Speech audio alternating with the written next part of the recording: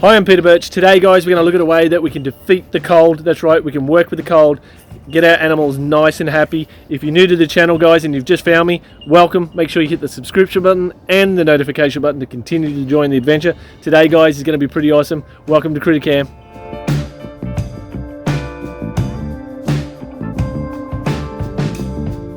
Another cold day, so it's very important to check on our animals that are outside. So come on, let's go and do this right now. As you know, I keep my blue tongues in these, well, makeshift blue tongue cages, and during the summer they do really well, spring they do really well. Coming into our first winter, always a little bit cautious, obviously, and the whole idea is that they move into this area here. We've got plastic on the lids. That plastic helps build the temperature up inside this end of the cage, so that these guys are getting the early morning sun to midday sun, and then towards the end in the afternoon the sun disappears and obviously the temperatures drop. Today is a really crappy day. It is pretty cold. I've got a jumper on, and yeah, that's right, we call them jumpers here. You guys probably call them all sorts of things. We call them jumpers, sloppy joes. And look at this, Charlie, our old female blue tongue, really has she's not approving of this cold snap, so yeah, she's looking really lethargic. Poor old girl. Got to take care of our elderlies. So luckily enough, I've got something this week that's going to help these guys out. So come on, that's my purple short-necked giraffe twin. So luckily enough, we've got some pretty cool stuff.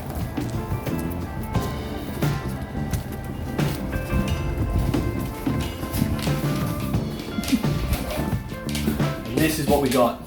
That's right.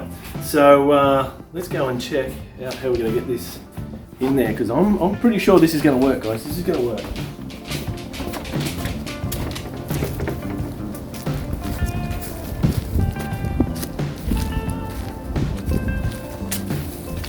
Pretty psyched about this. I mean, what do you reckon, Quinn? What do you reckon about this? Pretty good? Yeah, yeah. So luckily enough, Zoomed Australia has made this possible for us to get our hands on these bad boys right here. I mean, seen these used in many applications in the US. Now we get to use these at home, especially here. And I mean, it gets cold here. We're in the rainforest, but we still get some pretty low temperatures. Now the cool thing is that's going to work. You know, that's taking up at least 2/3 of the floor space in there. So this is going to work. But the only problem we have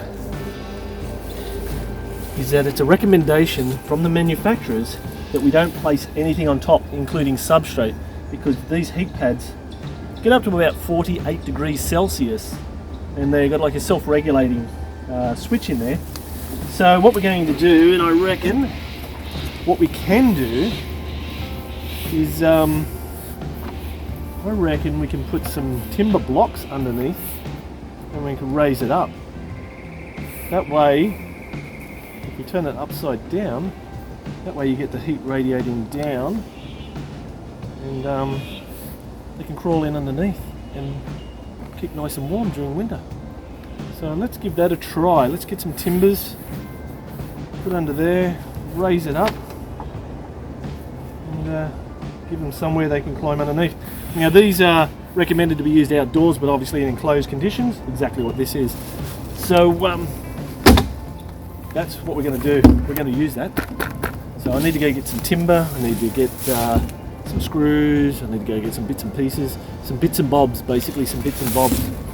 So I'll be right back.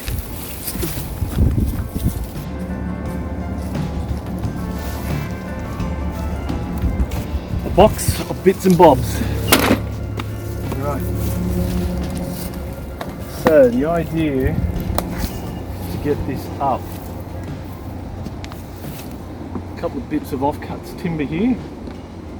They might even just do the job without giving it a cut, hopefully. Because basically what we're going to do is put it in there like this, put some screws to attach to that to hold it up so it doesn't fall. What do you reckon? What do you reckon? Okay, so let's try this out. Lock and load.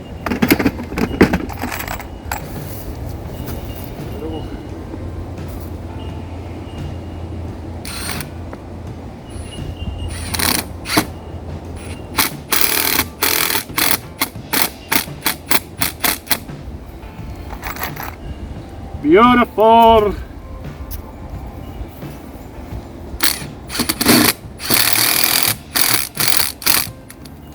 Now this is a prototype obviously, and it will probably need a little bit of changing as we progress.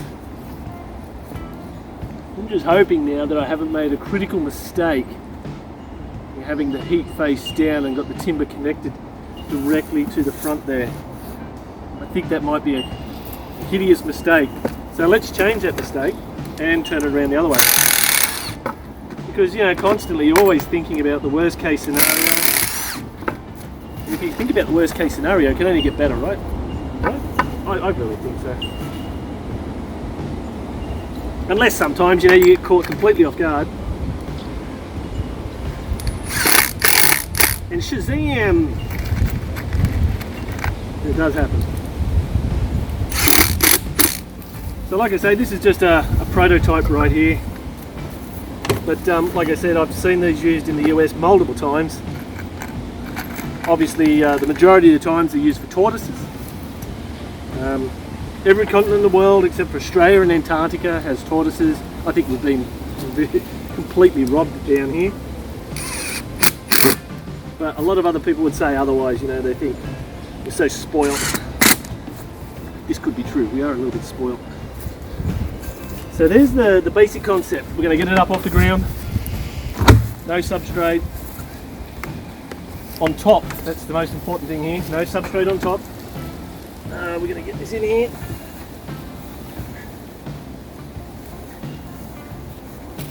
Whoa, there's a doozy amount of substrate in there. So we probably need to thin that out a bit as well. So we'll take some of that out. We want a little bit in there. Not a lot, just a little bit. And someone's already happy. They already jumped underneath there. Pretty impressed. Old Charlie. And here's the big old fella. He's not very happy. He's got a bit of gunk in his mouth there. But that's okay. You guys are going to be happy. You're going to be happy. That's why we're doing this. To make the animals happy. So, the timber on the side there, we're going to take that out. We're going to have to do a bit of rectification or change so the cord can come out. And then we've got a problem. We've got a lead that's going to be floating around.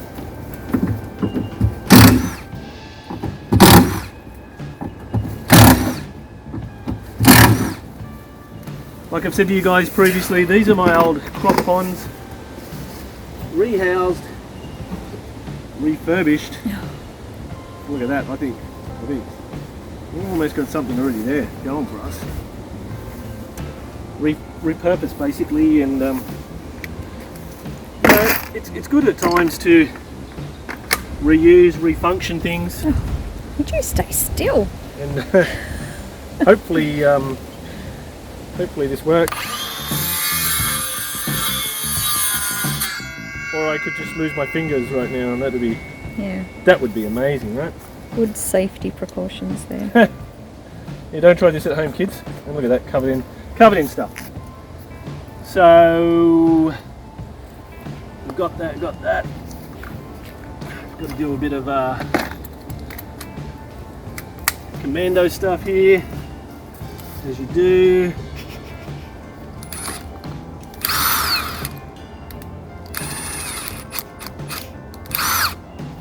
Look at that. It's almost like I've done that once or twice before. First time for everything.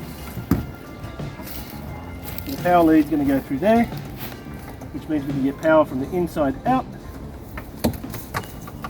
Without, look at that. It's an old intake. Here, right there. Amazing!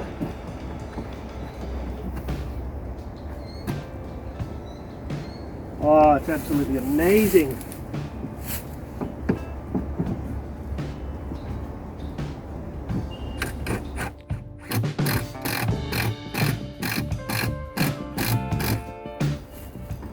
Screw that bit of timber back in.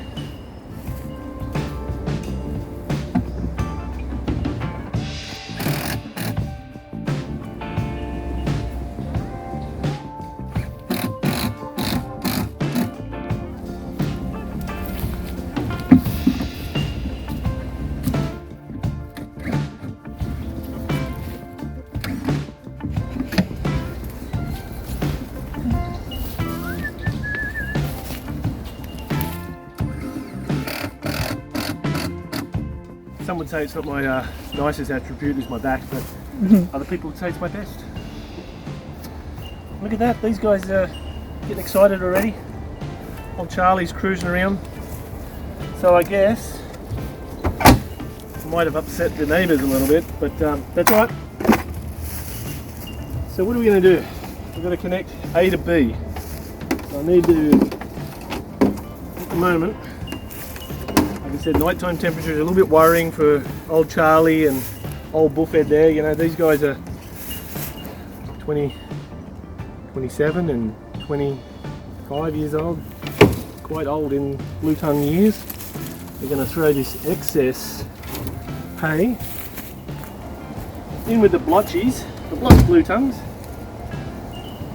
because they seem to be doing okay. These guys do come from areas where it snows, so it's pretty important that we help maintain their natural equilibrium and life cycle. I think it's snowing now. It feels like it's snowing now. Quinn, does it feel like it's snowing? The dog's got her pyjamas on, of course it feels like it's snowing. So I'm going to go get a power lead, get some power to that heat pad, get it heated up and see what happens next. So we've got a broken dog that's eating sticks. Doesn't matter what we do, constantly eating sticks.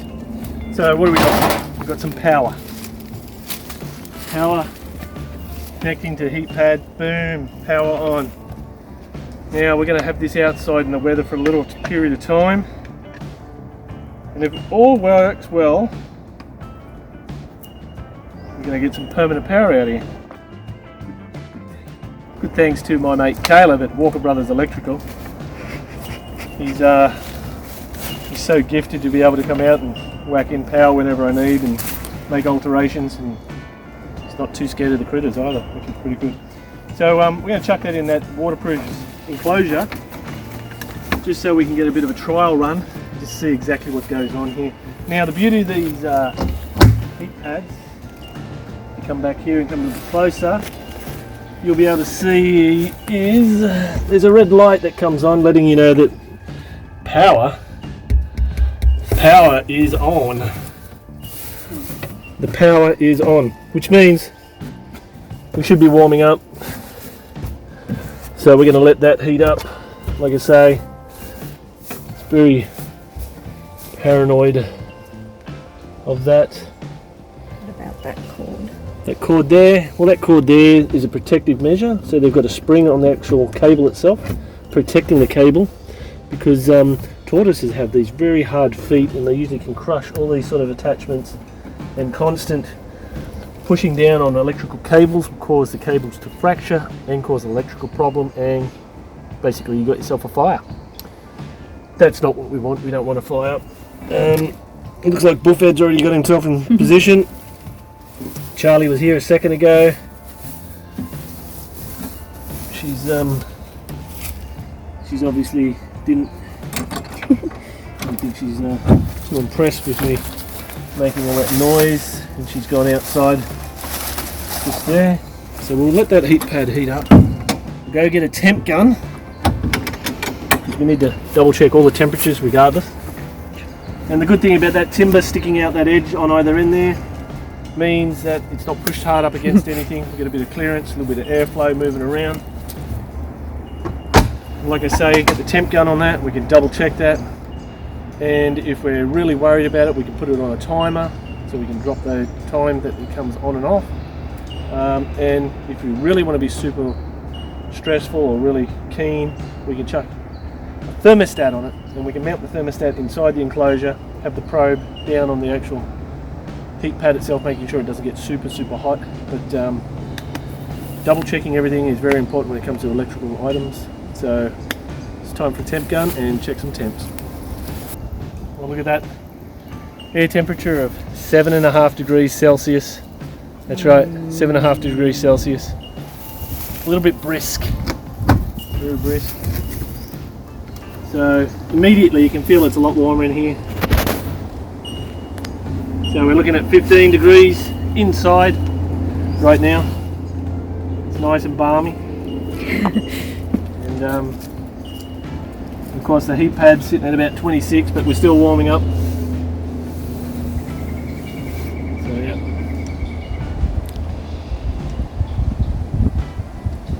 That 31 degrees. These guys are going to love it. They're never going to come out. Maybe they're not even going to have a winter now, but that's okay. Like I said, if you're going to be using these from outside and you plan on breeding your animals, then you can actually regulate those temperatures, you know, with the aid of a thermostat or a timer. You can regulate those times.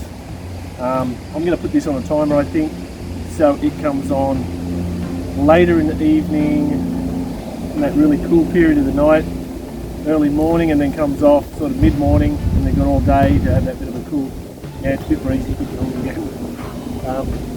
So we'll see how that progresses, and hopefully that's going to do the trick, keep these old fellas nice and happy. I hope you guys agree. Make sure you give me a like if you really enjoyed today's show. Hit us up on Facebook, Twitter and Instagram. Until next time guys, thanks for watching CrittaCam.